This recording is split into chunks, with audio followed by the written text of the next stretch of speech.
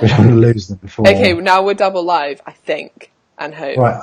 Let's just go with it. Right. Cool. I have many a question from amazing people. Okay. Number 1, Dan.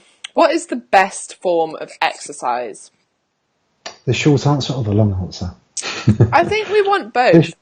Yeah, the short answer is kind of the long answer because I think it's what you can consistently stick to. Because especially this time of year, I meet and come across a lot of people that find that exercise is a burden. It's a real chore. So in which case we need to look at consistency, long-term adherence. If you're embarking on a journey, you're already starting with that frame of mind and you already have that in your head, you're never going to enjoy the process.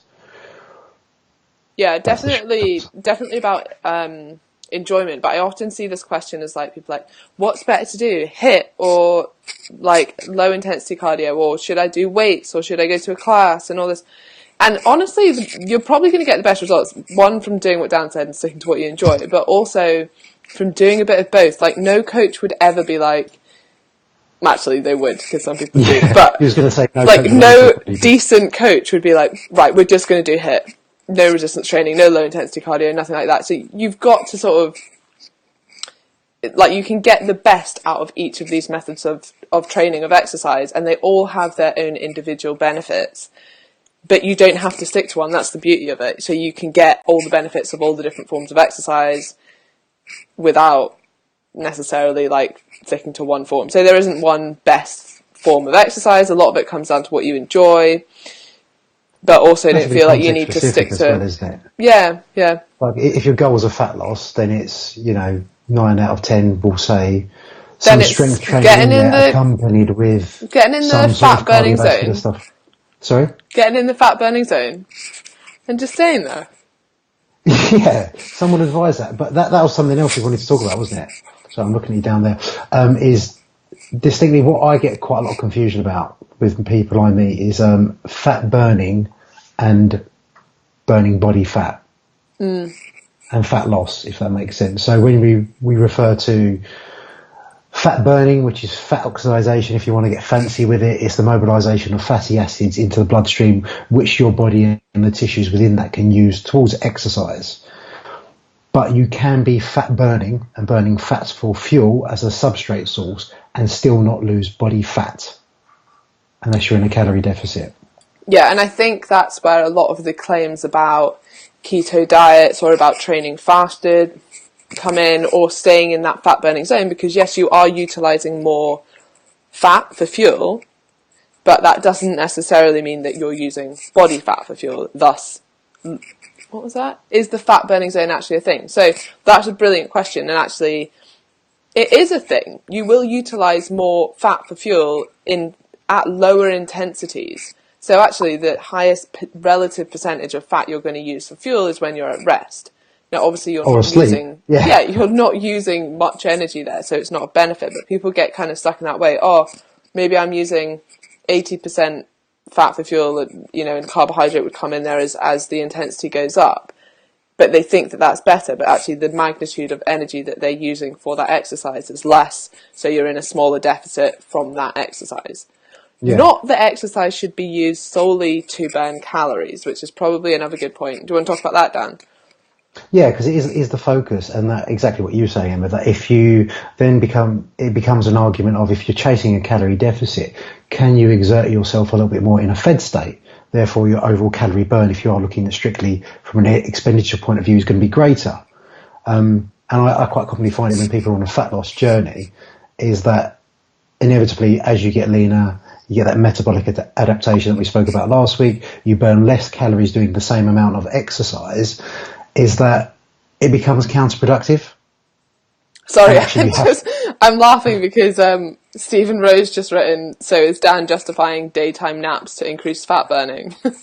That's exactly what I'm saying, yeah. Basically stay asleep and you'll be absolutely fine. No, but that, as a matter of fact, it's like, I know people talk about losing body fat, but your body is in the greatest state of fat burning when you're asleep, because it's the most... relative percentage of, yeah. Yes, relative percentage of.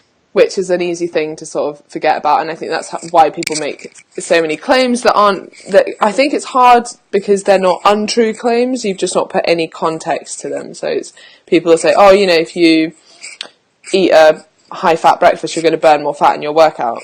That's true. And it actually sounds pretty great, doesn't it? Except for the fact that you've eaten more fat and that is why you're burning more fat. And when you think of it like that, you're like, oh, okay, actually, maybe there's not a huge benefit to this high-fat diet.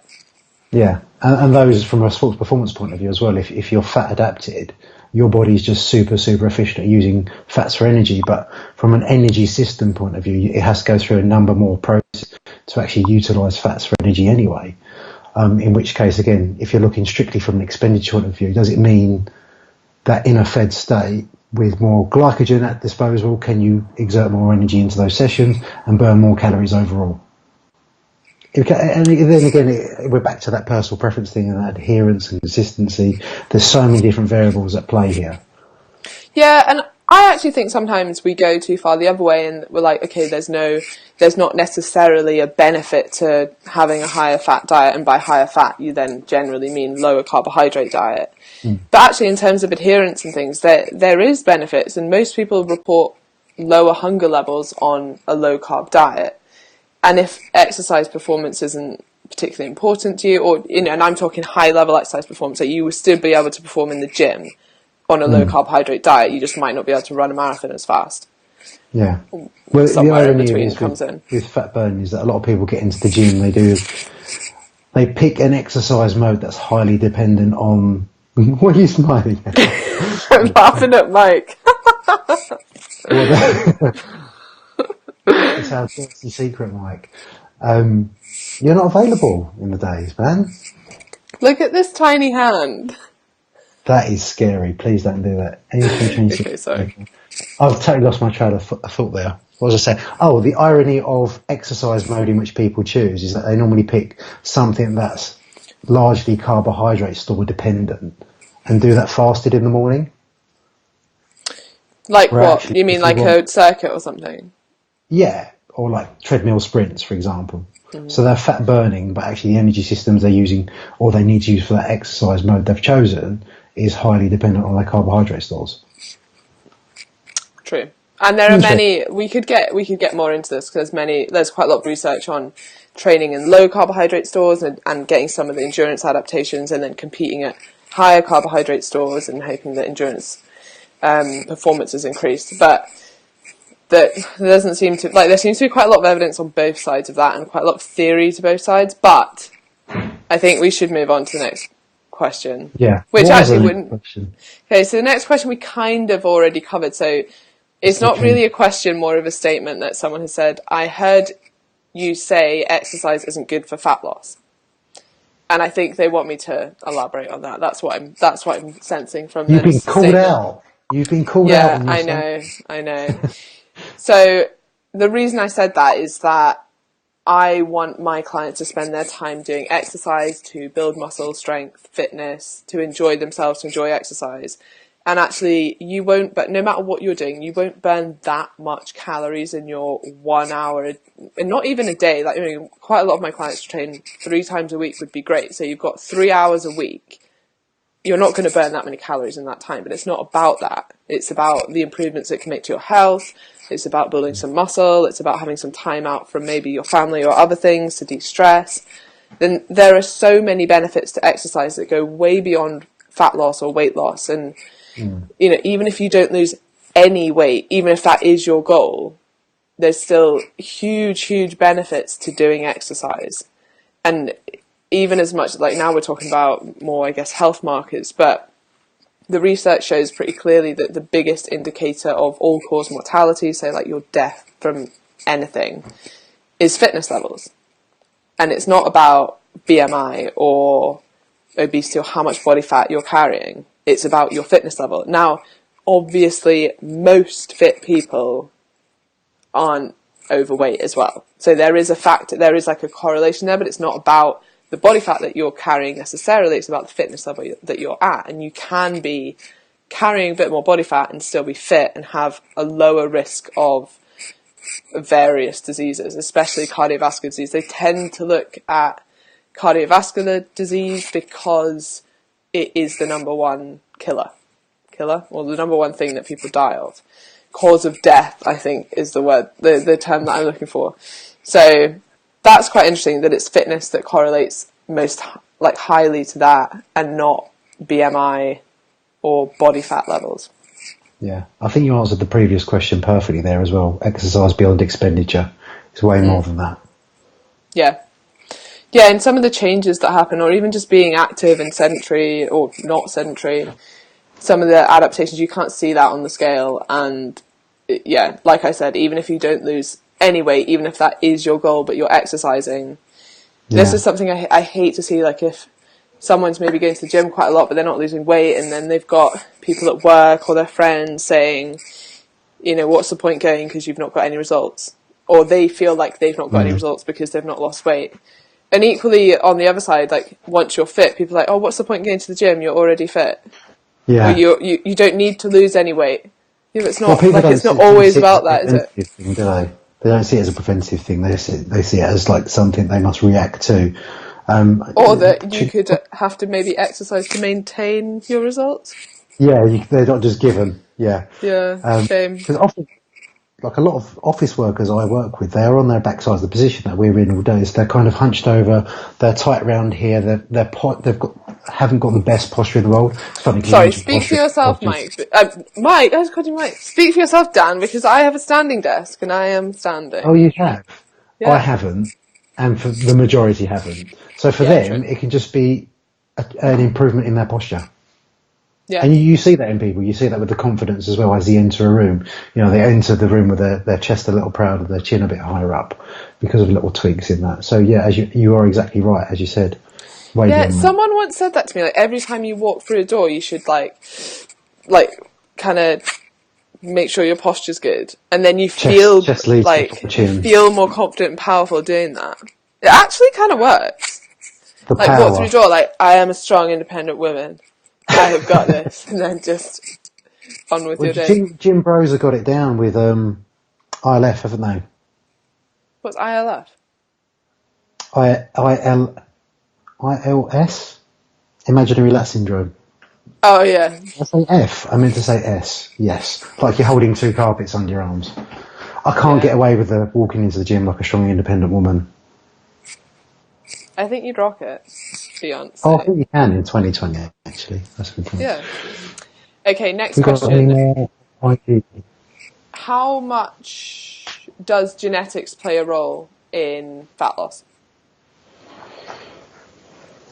It does play a certain degree. I think we give too much power to that and ends up being a bit of a disempowering message. Is that, you know, all that said aside is that you might be genetically more predisposed to be a lazier person because there is such thing as a lazy gene. Don't ask me to remember the name of that. So genetically you are predisposed to be one of those people that are just less active at rest. You don't fidget, you don't necessarily get up and go out of your way to be more active, but you can't deny the law of thermodynamics. So the principles still apply. It just might be that inherently your motivation and drive to do it might be a bit lower than other people. Mm-hmm. Yeah, I think there tends to be two sides to this, both of which are wrong, and it's kind of in the middle somewhere. But there's those who think that genetics play a huge role, like, and then they can't do anything about it. You can't change your genetics, so I'll just give up. And that anyone who's fit and lean must be genetically blessed, and you know they don't have to work hard. And my response to that is always that, like, where do you see these genetically blessed individuals? And it tends to be eating well, in the gym, being active. And then, you know, their genetics do predispose them to those actions, but it's the actions that are getting the results, not just you've got good genetics, that's the end of it. So that's the one side. And then the other side is like the cocky personal trainer who just says that, you know, genetics are just an excuse and you just need to work harder. And neither of those are true, because actually your genetics do play a huge role in actually almost anything that you do. And there are certain gene variants that do, like especially FTO, which do predispose people to struggling to lose weight, and they're more prone to being overweight. And that happens, I think the important point to make is that happens because it influences their behaviours. not because Yeah. it's just like you've got these genes, you'll definitely be overweight. It means that they, like you touched on, they're either hungrier, so they actually have a bigger response to hunger, or their activity levels are lower. And both of these especially seem to come to play when they start dieting. So it'd be, someone, I think I'm probably quite genetically blessed in terms of staying lean, although my actions cause that. So when I diet, I might not be as hungry as one of my clients who's maybe got different gene variants and is predisposed to being overweight. So it's much harder for them. And I think a lot of people are like, oh, you just need to work harder. And because you've never actually struggled, you don't understand that it is harder for some individuals. And it's not just, I can do it, you can do it. They're in a different situation. So that would either be increased hunger levels or reduced activity levels. And we know from, I think we've spoken about this on the podcast before, but there's massive evidence to show that the difference in weight loss. So in fact, one study I really like to prove this is there's a study on mice where they put all the mice in the same calorie deficit, but not all of them lose the same amount of weight. And the difference in the amount of weight lost between mice is completely attributable to the amount that they move, because they're all in the same calorie deficit. And that's just a good example of, in the same situation, if we were in exactly the same percentage deficit, that's actually different because we're different people. But if there was the same of me, we'd lose a different amount of weight given our response to that deficit. So if we responded by then moving less to try and store more energy, which ironically would have been, a great thing through most of time, but now that we have an abundance of food, it's no longer like, I guess, a positive. And I think that understanding that, but understanding that you also have, it's your actions that dictate what happens. And it might be a little bit harder. It might be quite a lot harder, but it just means that you might need a little bit more support to get there. Not that you're just predisposed to being overweight, so you're always going to be overweight. Yeah, and that's strictly weight loss, and I feel like you can almost subcategorize into those things that indirectly and the things that directly. So talking about genetics, genes don't directly influence the amount of body fat you can lose, but indirectly they do. What's that saying? Like genetics load the gun, and you pull. Yeah, and but that's environment. That would still be like out of your control. But then you can. I think another thing, and this is a sort of tangent to that, but people are like, environment is what causes obesity and things like that. And to some extent, it's true. Like we have so much food available so easily, and we're not very active, and we drive everywhere. But you can dictate your environment. Like you can change that. You can say, you can say, I'm going to walk to work. I'm not going to, eat this or that, and I'm going to choose to be healthier. So I think, knowing that you have the power, you have the power. Yeah. Yes, we are still doing the podcast. Just to answer that quickly, we're just doing. Did someone ask if we were still doing the podcast? Yeah. Yes. What was this the other is just thing a I was bonus. going to say? Yeah, I wanted just to, on that point, just stress that we were talking directly weight loss. Like, unfortunately, when it comes to like certain abdominal shapes, when it comes to like your lever lengths, your foot size, that is where genetics do kind of take over, and there's not much that can be done there. Like using bodybuilding example, they tend to have larger muscle bellies, smaller joints, and that is a genetic thing. Yeah, or when someone, a client comes to you like, I really want to build my glutes, like this Brazilian model, and you're like, yeah, okay, but she like genetically stores more body fat, more muscle, everything around her glutes, so you're never going to get to that physique. So there are some things. I always think I really like looking at people's abs because I feel like they're like a fingerprint. I thought you were going to say arses. That as well, but for different reasons.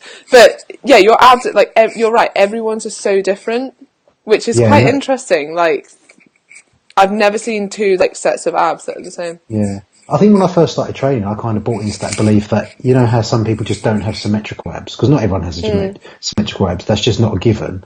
That you could influence kind of where your musculature stands and sits on your body, which unfortunately, again, is a genetic thing. You can't do that. Same as, spot reducing to certain, and fat storage, genetically we are a little bit out of control in terms of where we we predominantly store fat. It just tends to be that there are certain inherent traits with men, more so, like around the abdominal, around the lower back. Women tends to be around the breast, the thighs, the backside.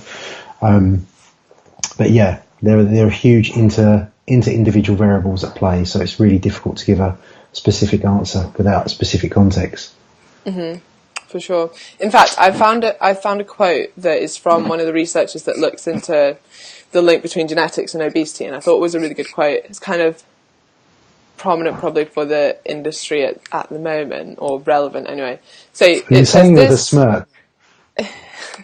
Well, you'll see. So it says, this research shows for the first time that healthy, thin people are generally thin because they have a lower burden of genes that increase a person's chance of being overweight, and not because they are morally superior, as some people like to suggest. I thought that was a nice little dig at the end. Yeah, and was that actually from a study? That's a quote from Professor Faruqi, who's one of the leading researchers on obesity. In fact, she was the first person to kind of discover how leptin works in humans, and she works with a lot of leptin resistant people. So some people, not leptin resistant, leptin deficient. So these are I think some people then hear about leptin deficiency and they're like, oh yeah, I think I've got that. I'm like, I've got that.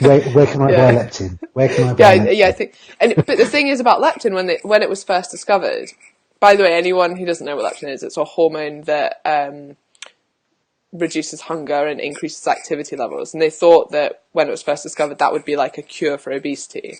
But the problem is, unless you are genuinely leptin deficient, injecting leptin will not help, and actually it will be a negative because you become resistant to leptin, and that's what happens when people get massively overweight. And because that population is tiny as well from memory, isn't it? Yeah, and you'd know by the time you were born, basically, well, just after, there's kids that try and eat chairs and stuff because they just it's like crazy hunger. That's not just food; they'll just try and eat anything. Yeah, really interesting. That's something interesting.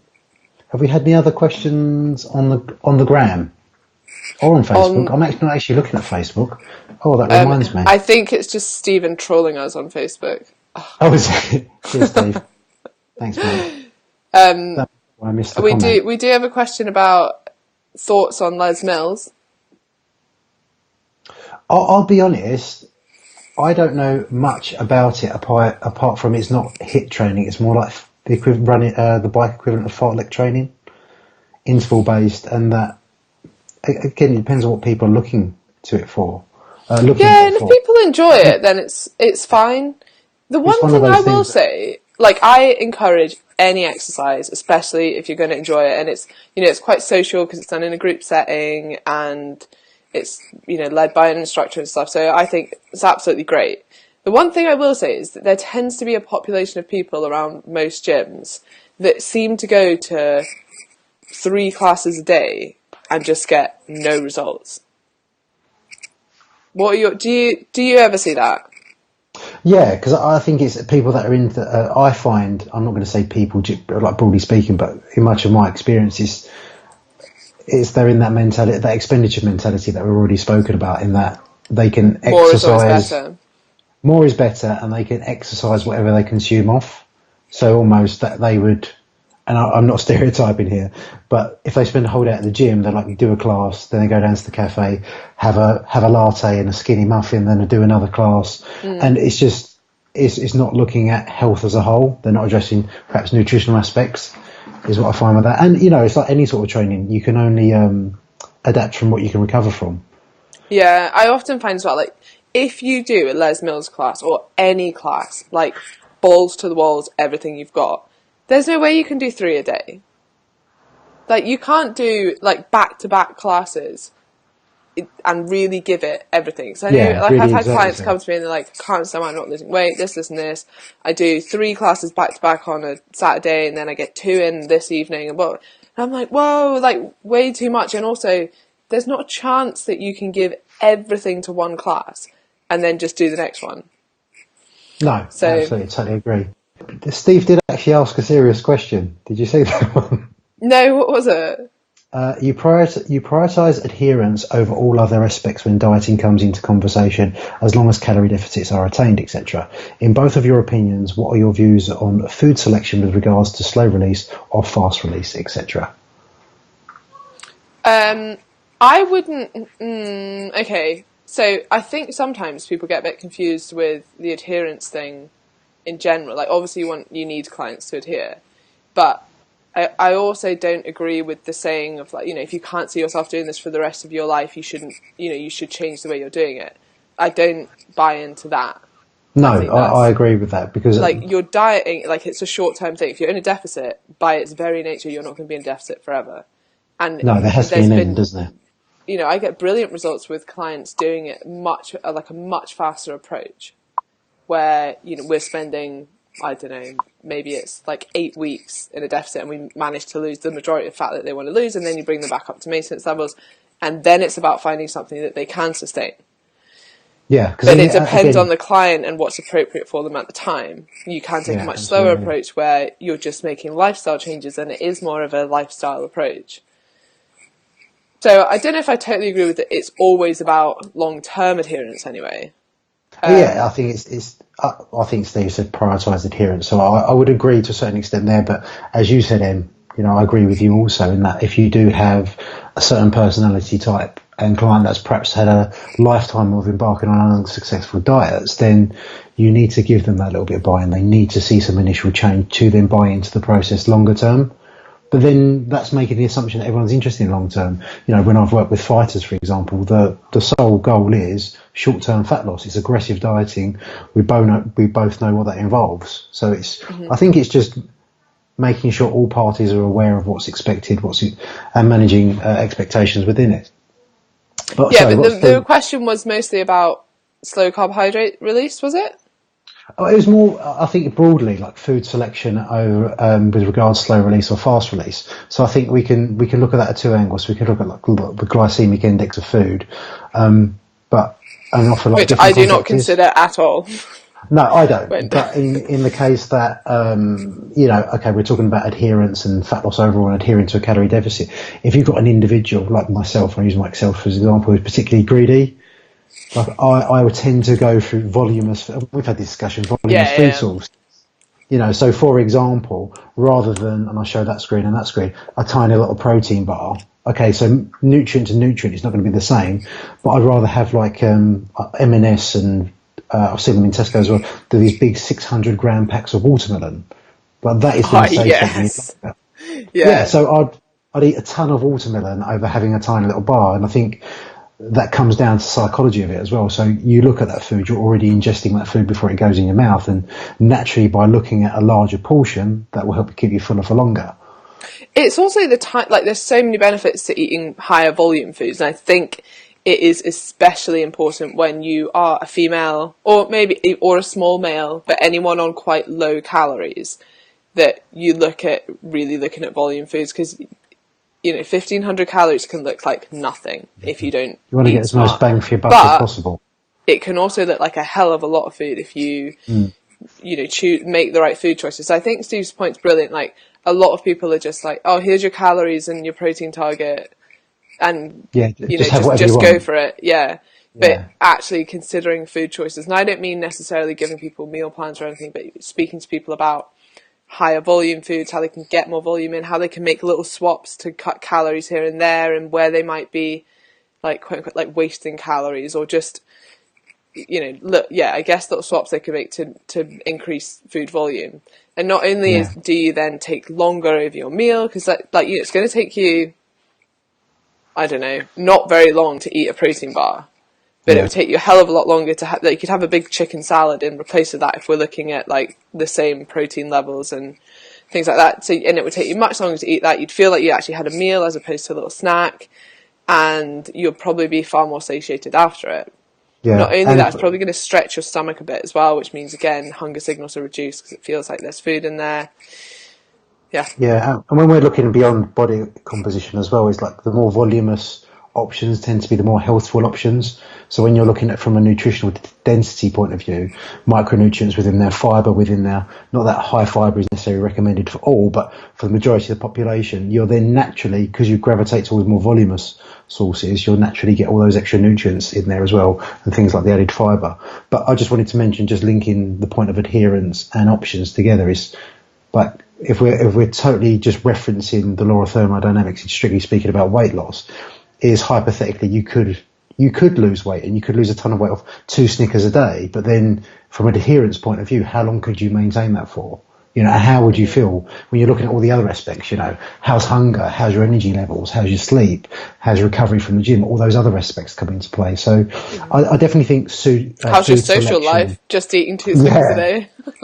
Food selection is important in my point of view towards long-term adherence. And when it comes to slow release and fast release, I think that's sometimes individual dependent as well. So I know certain clients, and you know, being entirely honest, if I'm over caffeinated, I'm overtired, we all know that decision making around food goes out the window. So if I intend on having a smaller serving of something more calorie dense, let's use example of chocolate, I might be then inclined to have a bit more than that, and then adherence becomes an issue. If I'm looking at something, So I hope that made sense. And as a serious question, I hope you're pleased with that response, Steve. Do we have any other questions? I hope he is too. He's got high standards, says Stephen Rowe. He has. Okay. So I've got another question from Instagram, which was, it's not really a question, it's again just a statement. And it says that you are so wrong about CBD, it saves lives. Okay. Have you tried CBD oil? I haven't. I'd be really interested, though, I'm always open-minded to it. If someone can show me some life-changing studies where it has changed people's lives, I'm all eyes, I'm all ears. But I haven't seen it. I have looked at the research because I started taking it to see if it would help my back. I mean, like, I still have a bad back, so it's not cured me. But and again, it's so hard to tell that, you know, is my back getting better because I'm taking that? Are my symptoms less because I'm taking that? Or are, like, the drugs that I'm taking causing that? So I think it's always hard to tell, and you might say it saves lives. Like, it could have been that, you know, the other thing you were doing saved your life, or the fact that time has passed, so whatever injury or ailment or illness that you had got better anyways. It's very hard to sort of self-assess what's happening there. But I know that a lot of people have tried it and feel like it reduces their anxiety, so maybe it is having some kind of effect, and there is some science there that suggests that it would. It just seems at the moment a little bit unclear whether, so the THC, so like the psychoactive side of marijuana, is needed to get some of these benefits. There are like really significant benefits that you can get, and I actually did a post, or I spoke about it yesterday on the benefits to insulin sensitivity and some markers of diabetes and reduced blood glucose levels and things like that. And there is like interesting research to suggest there are some benefits, but all I said as well is that I wasn't quite convinced yet, so someone obviously took a little bit of offence to that. How dare you? Yeah, no, you raise a really good point, and I'm not necessarily going to reference CBD because, quite frankly, I don't know enough about it. I'm quite happy to say that. But I do think sometimes people attribute a lot of success to one little thing. So if I use fat burners, for example, if someone would take a fat burner, but it's all the other health-seeking behaviour they're doing around it. So they're exercising more, they're being a little bit more strenuous with their food choices, you know, they're being a little bit more health-aware elsewhere, they're not going out drinking a lot. So they attribute all the success to perhaps this one tablet that they're taking, but actually it's the accumulation of everything else that they're doing as well as that. When actually and just the time that they've been in a deficit and all these other things. And the placebo effect is massive as well.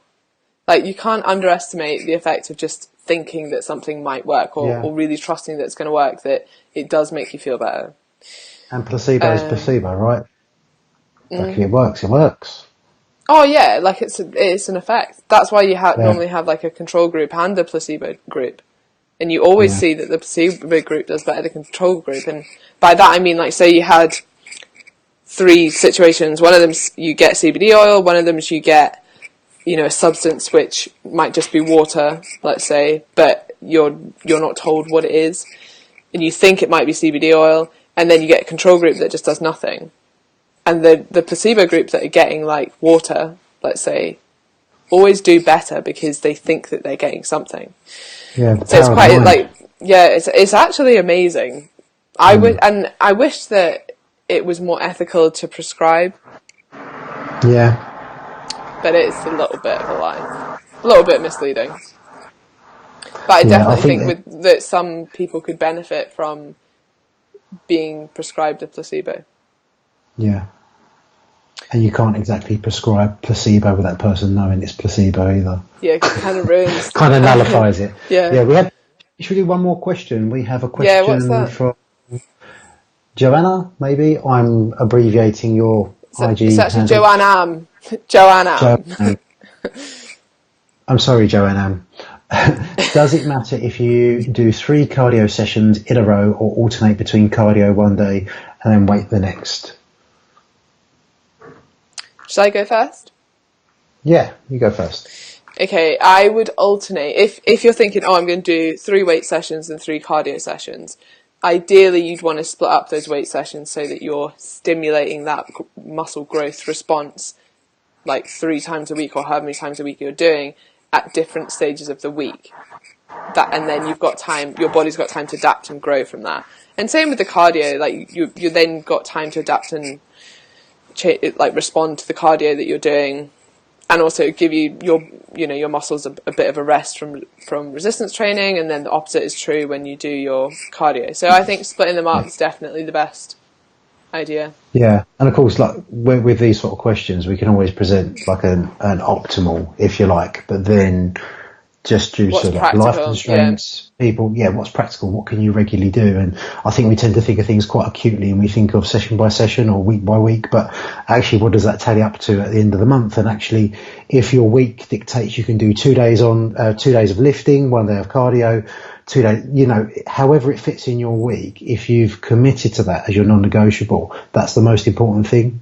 But yeah, as I 100% agree with what you said, Em. So in terms of muscle frequency, and also like from a recovery point of view, that cardio, depending on how intense it is in between, because, don't get me wrong, if you're doing a strength session, you're doing HIIT on the other days as your cardio, you're probably not going to get the best out of either one of those. You're not going to get the best out of your HIIT, you're not going to get the best out of your strength training. But if you've got some like low to medium intensity stuff in between, that probably help with the recovery process just by increasing a bit of blood flow. Mm-hmm. Yeah, and it's a good point about like looking at optimal as opposed to what's actually practical. And I'm sure you'll get the same with your clients, but I often get, people asking about meal timing or specifics around things, or if they should, I don't know, have carbs before or after workouts and things. And you're like, you're not even sticking to your calories yet. Like that's the main focus, and remembering sort of a hierarchy of needs where like the calories come on top if fat loss is the goal, and protein might be second, and getting in a lot of fruit and veg might be next, and that there are. Yeah, we like to focus on the minutia, optimal. We like to focus on the special little pill that's going to change everything. I'm not sticking to my calories or protein, but is it important that I have protein straight after training? Yeah, it's like get the foundations nailed, and then we can look at the other bits as well. Or we can look at them alongside. But yeah. In a nutshell, hopefully that was a good enough answer. Right, is that... I feel like we've done... I think that's it. I think we've done a fair amount there. That was Thanks, fantastic. For tuning in. I'm looking at that one and that one. That's so weird, because I've got 3 Emmys on my screen. A great time for you. Okay. Goodbye. Goodbye.